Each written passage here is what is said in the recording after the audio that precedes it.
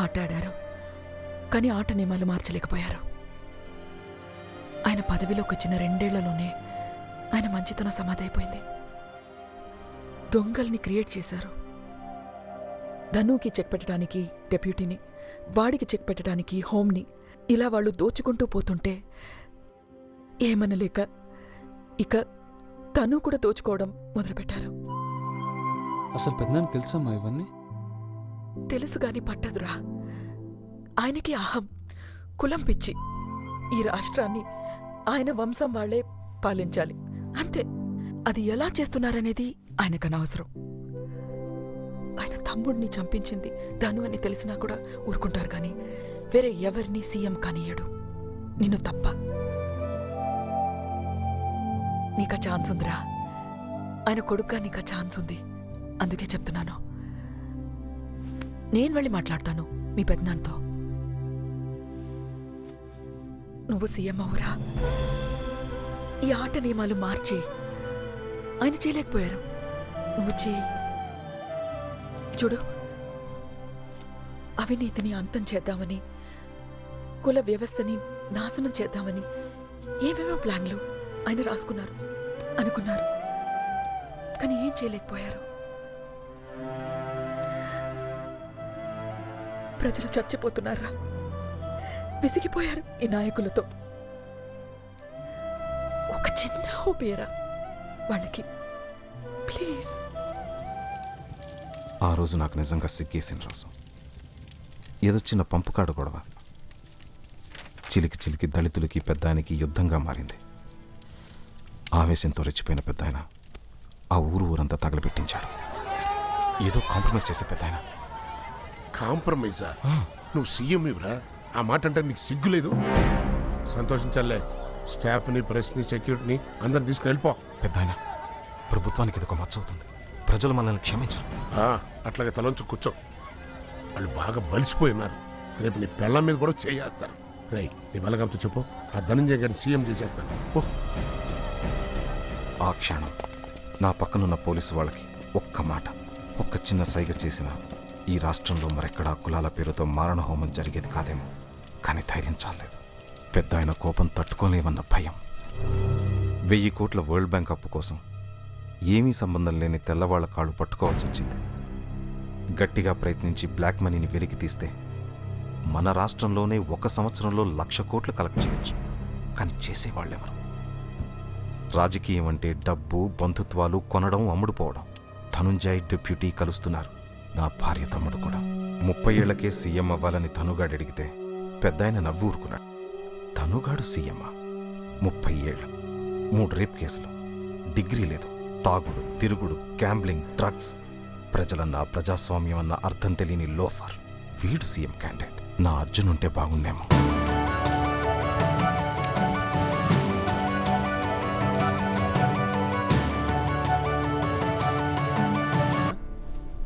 నాన్నగారు నల్ల బ్యాగ్ కొట్టిన దగ్గర దాయమని ఇచ్చారు సార్. ఎప్పుడు ఇచ్చారు? 3 రోజుల కిందట బాబు. 3 రోజుల క్రితం. ఓ పని చేయి, ముందు తొందరగా ఇంటికి పోని, త్వరగా. అలాగే బాబు. అర్జున్ బాబు, ఏంటి? ఆ బ్యాగ్లోంచి అమ్మాయి మెడికల్ సీట్ కోసం ఒక 20 లక్షలు తీసుకున్నాను బాబు. సారీ బాబు, మెల్లగా తీర్చేస్తాను బాబు. సారీ ఎందుకులే రాజన్, కొంతమందిలో ఉన్న నిజాయితీ ఉందని నిరూపించు. పర్లేదు, బాగా చదివించు. థ్యాంక్ యూ బాబు. త్వరగా పని.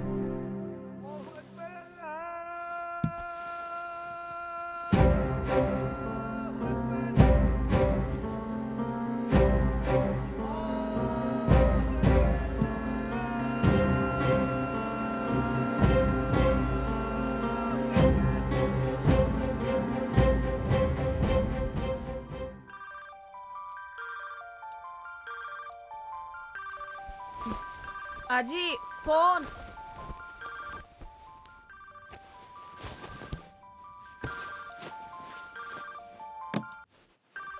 హలో అలీ, నేను అర్జున్ని, సీఎం గారు అబ్బాయిని. సార్, అలీ నీ డబ్బులు దొరికినాయి సార్. నీ ప్రాబ్లమ్స్ అన్ని సాల్వ్. నిజం సార్? యా, రేపు మార్నింగ్ వచ్చి కనపడు సార్. సార్ సార్ వస్తాను సార్.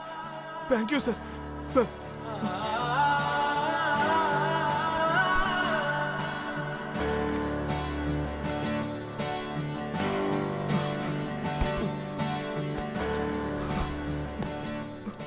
మహాదేవయ్య గారు, ఈ రాష్ట్రంలో మీ ఆజ్ఞ లేకుండా సీఎం నుంచి క్లర్క్ వరకు ఏ పోస్టింగు జరగదు.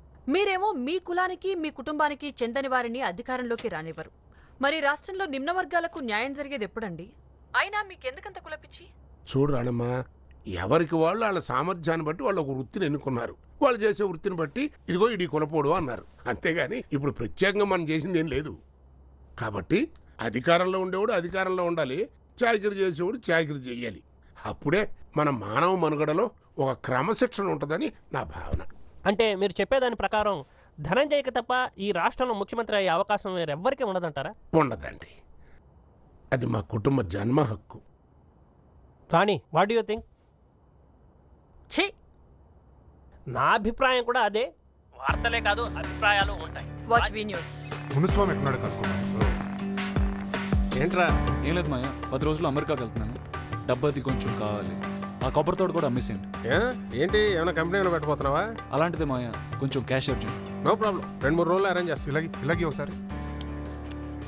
ఎరా అర్జున్, నేను రద్దాను. ఏంట్రా తొందర? నేను సీఎం అయ్యేదాకా ఆగలేవా? లేదురా, కొంచెం అమెరికాలో బిజినెస్ అది సెటప్ చేస్తే తర్వాత కూల్. నీ ఎలక్షన్స్ ఎప్పుడు? నాకు ఎలక్షన్ ఏంట్రా, ఏదో ఫార్మాలిటీకి ఉంటుంది. 2 వీక్స్లో ఉంటుంది. ఓకేరా, congrats in advance. Thank you, all the best. Hello, Srikanth గారా? అర్జున్ ప్రసాద్ గారా? సార్, మీరు చెప్పిన అమౌంట్ కొంచెం ట్రాన్స్ఫర్ చేస్తారు, కొంచెం అర్జెంట్. అంతా క్యాష్ అన్నా సార్? అవునండి, మొత్తం క్యాష్గా ట్రాన్స్ఫర్ చేయండి. అర్జున్, ల్యాండ్ బదులు క్యాష్ కావాలి. Okay sir. కొంచెం అర్జెంట్. హలో, వెంచలే గారండి? అంతా క్యాషేనా? 1 లోపల ఇచ్చేస్తా. అమ్మా నేను అమెరికాకి వెళ్ళట్లేదు. అంతేనా? అంతే. కసితో ఆవేశంతో ఏమన్నా? అమ్మా, నాకు అవన్నీ తెలియదు, కానీ నాన్న అనుకుని చేయలేకపోయిన పనులు నేను చేసి చూపిస్తానమ్మా. అప్పుడైనా ఈ ప్రజలు నాన్నని క్షమిస్తారమ్మా? క్షమిస్తారా? నిన్ను కన్నందుకు ఆయన తప్పకుండా క్షమిస్తారు.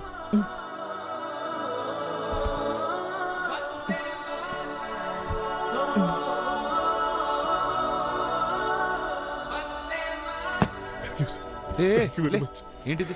నీ డబ్బేగా సార్. 10 రూపాయల కోసం మర్డర్ చేసుకుంటున్నారు సార్. అలాంటిది నేను అడిగానన్న నమ్మకంతో 10 కోట్లు తిరిగి ఇచ్చారు సార్. నా ప్రాణం మీ సార్. ఈ లైఫ్ మీరు పెట్టిన భిక్ష. ఎన్ని పడ్డాను సార్.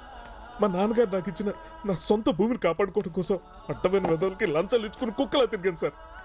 ఆఖరికి మీ నాన్నగారికి కూడా. సార్, మన సమాజంలో నిజాయితీ గల వాళ్ళు లేరు సార్. ఉన్నదంతా జంతువులే. వేటాడుతున్నారు, పీక్కు తింటున్నారు. మనం మారుద్దామా? ప్రయత్నిద్దామా పోనీ? అలీ, మన గవర్నమెంట్లో ఎవరు ఎలాంటి వాళ్ళు, ఎవరికి ఎంత డబ్బు ఇస్తే పని జరుగుతుందో నీకు బాగా తెలుసు అనుకుంటా. సార్, గవర్నమెంట్లో పని చేయించుకోవాలంటే లంచం ఇవ్వాలి. అది 2వ తరగతి పిల్లాడిని అడిగినా చెప్తారు సార్. కానీ ఎవరికి ఎంత ఇవ్వాలన్నది నాకు బాగా తెలుసు సార్. అలీ, నువ్వు నా దగ్గర పని చేస్తావా? సార్, ట్యాంక్ బండ్లో దూకమన్నా దూకుతాను సార్. నా ప్రాణం మీది. ఏం పని సార్? అలీ, నేను సీఎం అవుదాం అనుకున్నా. నువ్వే నా ఫస్ట్ ఎంప్లాయీ, నా సెక్రటరీ. ఇది ఎవరికి తెలియకూడదు.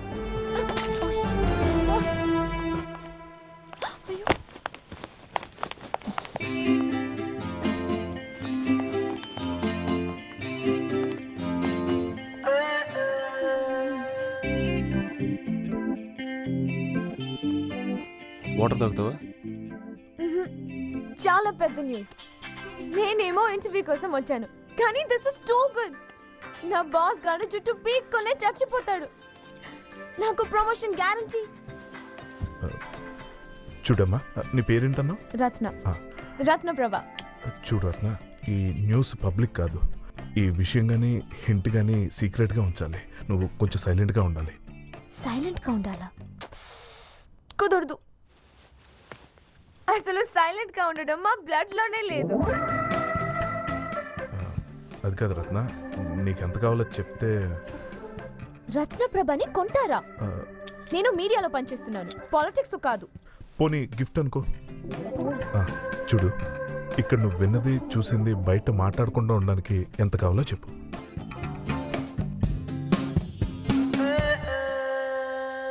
చాలు. జానపదంలో యువరాజల్లే వాడే వస్తాడేమో రెక్కల గుర్రం పైనే నన్ను ఎత్తుకుపో. నీకేం కావాలో చెప్పు. నేను అర్జున్ని పెళ్లి చేసుకుందాం అనుకుంటున్నాను.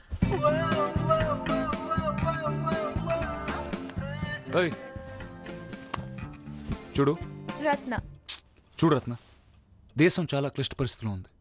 సొసైటీలో చైతన్యం లేదు. హలో, ఎక్కడ చూసినా దొంగతనాలు, దోపిడీలు. యువకులు నిద్రపోతున్నారు, రాజకీయ నాయకులేమో దోచుకు తింటున్నారు. అసలు నీలాంటి అమ్మాయిలకి భద్రతే లేదు. I'm just trying to make a little change.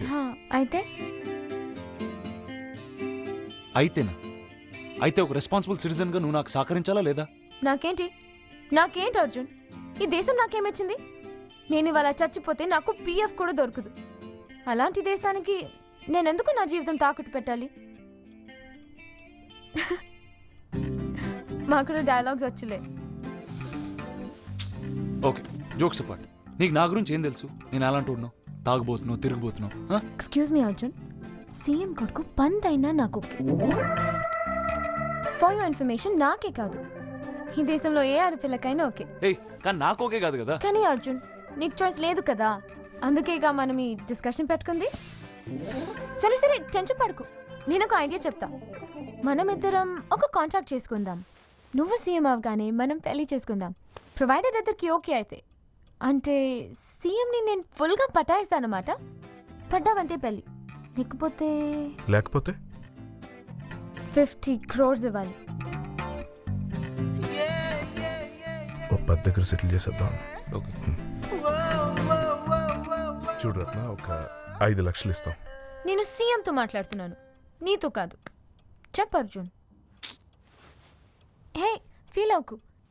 నేను పటాయిస్తే పన్నోడు ఇప్పుడు దాకా పుట్టలేదు. నీ 50 crores ఎక్కడికి పోవు, నీ దగ్గరే ఉంటాయి.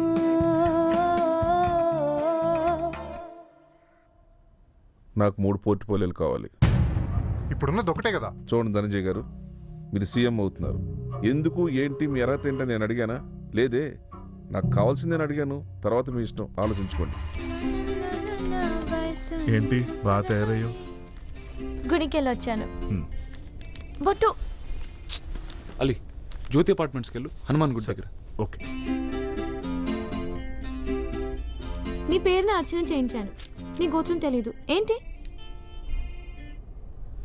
జానపదంలో యువరాజల్లే వాడే వస్తాడే. ఎంత తెల్లగా ఉన్నాయి నీ కాళ్ళు, హృతిక్ రోషన్ టైప్ లో. ఎప్పుడో బస్ ఎక్కడాలు, గుర్దులో తిరగడాలు లాంటివి ఉండవు కదా. అసలు కాళ్ళు పగులుతాయని కూడా నీకు తెలీదేమో. రాత, నా కాళ్ళు కూడా బాగుంటాయి. అంటే ఇప్పుడు చూడలేవనుకో, కొంచెం కమిట్మెంట్ ఇస్తే చూపిస్తా. ఇప్పటికీ నడుమే సూపర్. అసలు నోర్మోయవా? అయ్యో, ఏమి నవ్వో, ముత్యాలే. 3 పోర్ట్ఫోలియోలు కావాలి అంతేగా? ఒక 1000 కోట్లు క్యాష్, ప్రాజెక్టులు, సెజలు అప్రూవల్ అయ్యే ముందు మాకు ఇన్ఫార్మ్ చేయాలి. ఇవన్నీ మామూలే కదా మునిస్వామి, ప్రత్యేకంగా చెప్పాలేంటి? ఆడు సీఎం అవుతున్నాడు, 10 కాలాల పాటు ఆడి సీట్లో ఉండాలని మనస్ఫూర్తిగా దీవించు. లేవరా? కంగ్రాచులేషన్స్ ధనంజయ.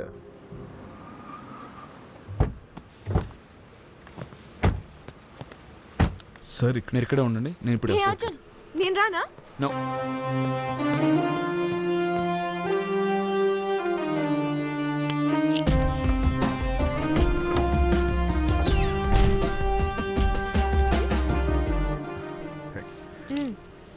నీ బాస్ నన్ను చాలా ఇన్సల్ట్ చేస్తున్నాడు, కొంచెం కేర్ఫుల్గా ఉండమను. అలాగే మేడం, అలాగే. నీకెలా తెలుసు బాస్? లంగోటి యార్. మరి సార్ అంటున్నావు? అమ్మా, నాకున్నది ఒకటే బ్రెయిన్, ప్లీజ్.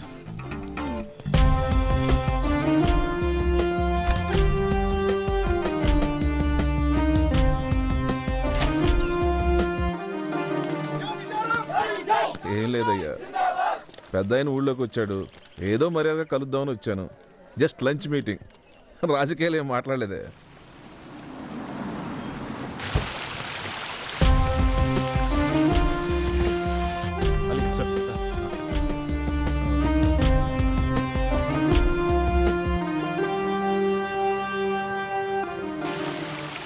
ఆమెని పిలుద్దాం సార్. ఏంటి కోపం వస్తే నోరు జారుతుందేమో. అసలు